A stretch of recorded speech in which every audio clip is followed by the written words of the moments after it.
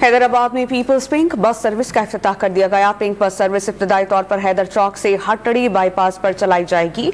कराची के बाद सिर्फ खवातीन मुसाफिरों के लिए मखसूस पिंक बस सर्विस हैदराबाद में दौड़ रही है।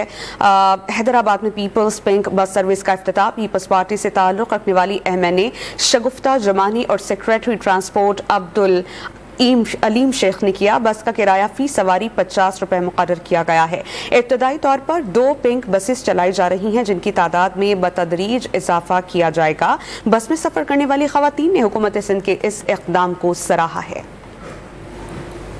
हैदराबाद में पीपल्स पिंक बस सर्विस का इफ्तिताह कर दिया गया। पिंक बस सर्विस इब्तदाई तौर पर हैदर चौक से हटड़ी बाईपास पर चलाई जाएगी।